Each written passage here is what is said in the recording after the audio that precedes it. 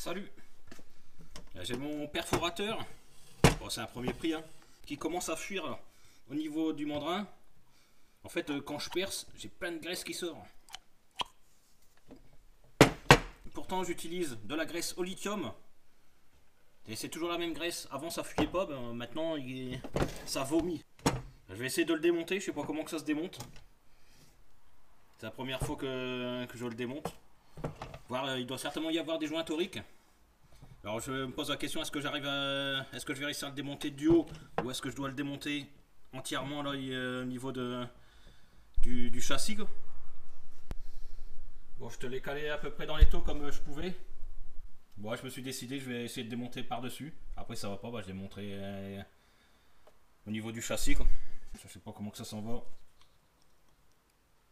Ah, il faut tirer dessus. Ça a l'air de partir. Ok. Là, je vois qu'il y a un circlips. Je vais l'enlever. Je vais essayer de l'enlever, mais je vais retenir cette partie-là parce que je vois qu'il y a un ressort.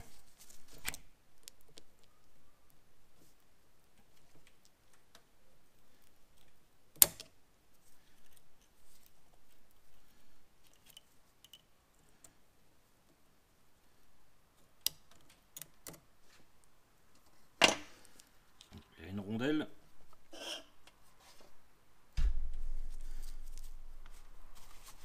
Il y a un petit coup. Bon. Normalement, je pense qu'il doit y avoir des billes là, pour le système SDS. J'espère qu'ils vont pas se barrer.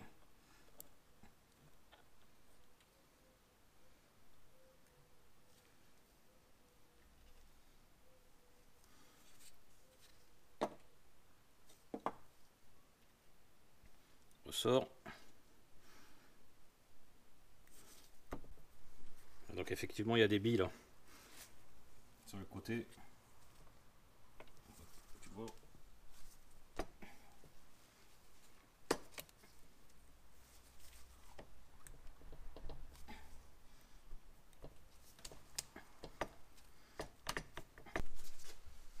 J'ai enlevé les billes pour pas les perdre.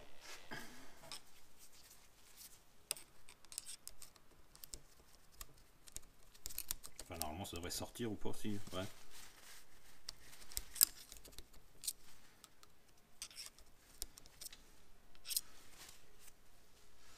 Non. Ouais. Ouais ou non. Bing. Tombé.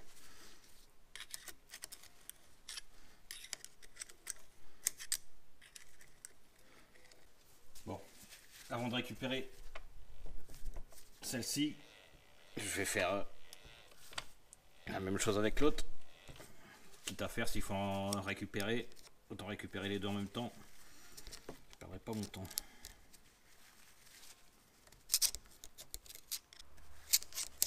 Bing, c'est bon. Et maintenant je récupère les deux billes. Enfin, je vais essayer.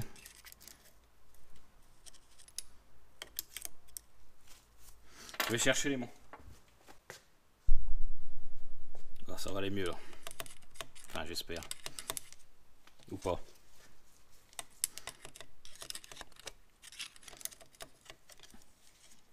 Si, c'est bon. Voici les deux billes du système SDS. Pas les perdre non plus. J'arrive pas à démonter. Ça sort pas d'ici. Je vais être obligé de démonter la tête. J'enlève la poignée. Bon, maintenant j'essaie de séparer l'ensemble.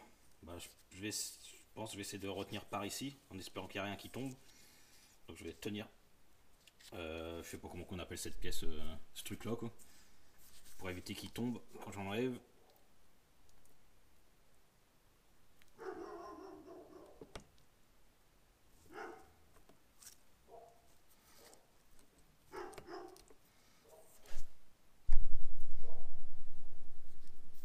Bon, de toute façon, si je tire rien que sur ça, ça part pas. Donc allez, et si je tire là sur ça, ça part pas non plus.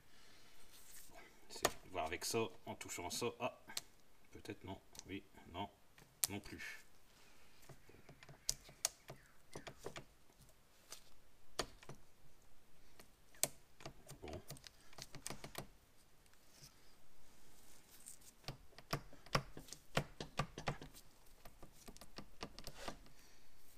ça part pas non plus.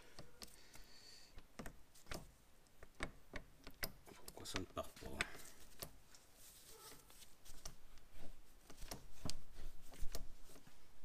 Donc à force de saquer dessus, de tirer comme un gros bouin, j'ai réussi à enlever le carter. Et bon, je suis toujours bloqué ici, pas moyen de l'enlever. Là, je vois qu'il y a un genre de méplats. Est-ce qu'il faudrait essayer de desserrer ça ou pas?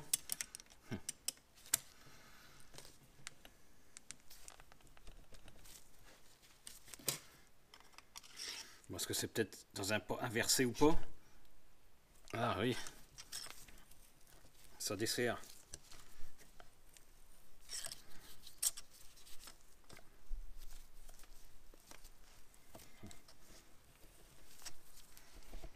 Bon, par contre, je vais peut-être me méfier. Il y a peut-être un ressort ou je ne sais pas quoi là-dedans. C'était allé doucement.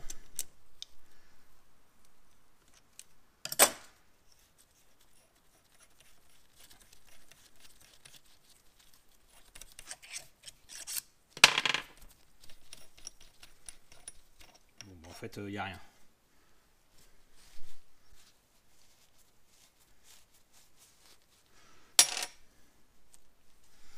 Donc là, ça m'apporte à quoi?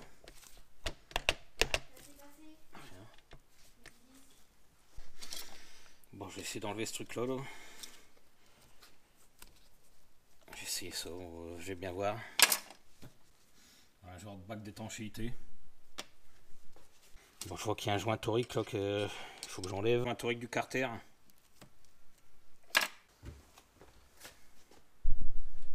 Bon, je vais essayer de démonter le sélecteur là. Entre perçage et puis burinage.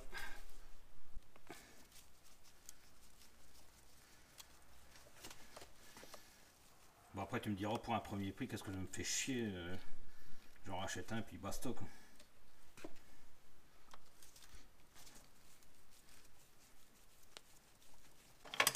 Bon. Ah. Oh. Oui, mais trop vite, trop rapide. On a partout. Bon, par contre là, il y a le piston.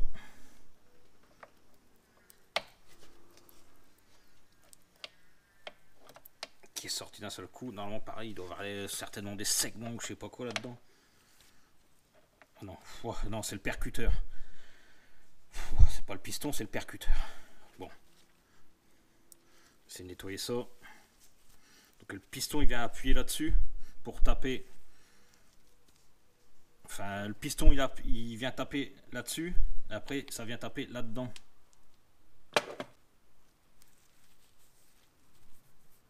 Il y a un joint torique aussi. Bon, c'est dans ce sens-là. Je vais laisser comme ça.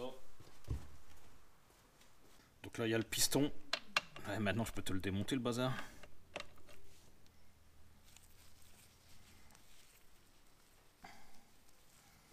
Il y a un joint torique aussi. Mais bon, c'est pas ça parce que si ça serait les joints toriques du piston ou du percuteur, bah ça percuterait plus forcément. Et moi, c'est que ça fuit.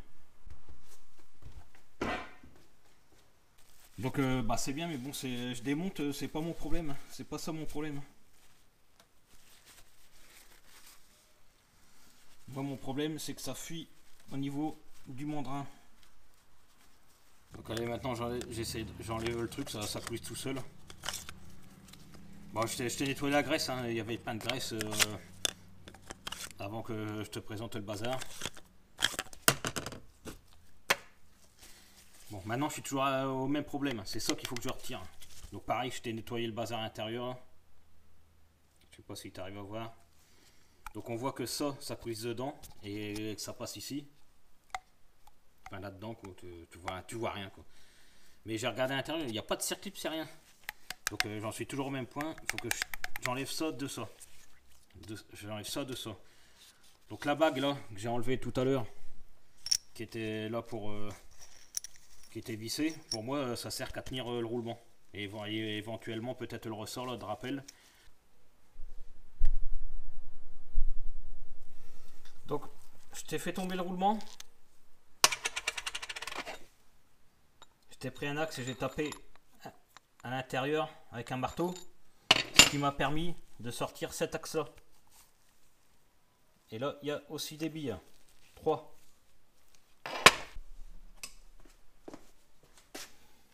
J'enlève les billes, je les mets de côté parce que ça n'a pas l'air d'être encore les mêmes que les autres.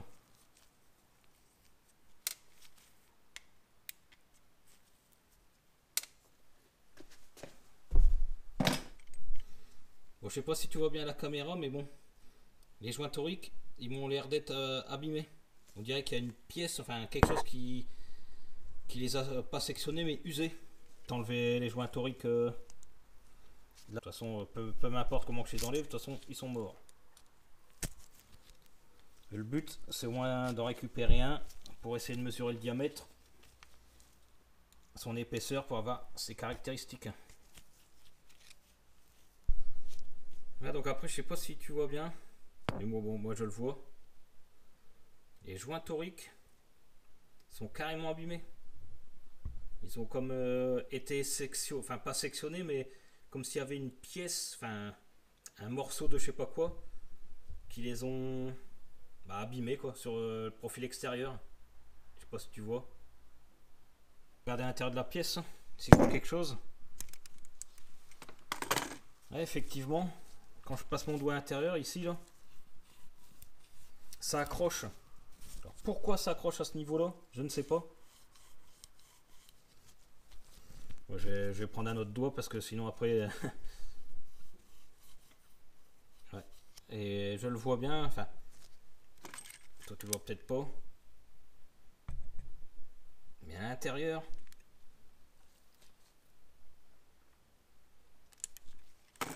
Ici à l'intérieur, il y a un genre d'accroc. Bon, je vais essayer de limer ça, si je peux, et remplacer les joints toriques. Bon, je vais essayer de te mesurer à peu près le joint torique, comme je peux. Je vais essayer de faire de l'à peu près. Hein.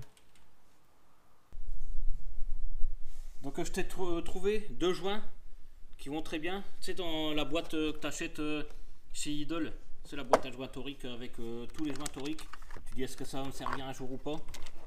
Ben, quand tu l'as, tu es content de l'avoir. Donc je sais plus le prix que j'avais payé chez Idol. Mais bon, ça me sert. Les 2 joints, ils sont là.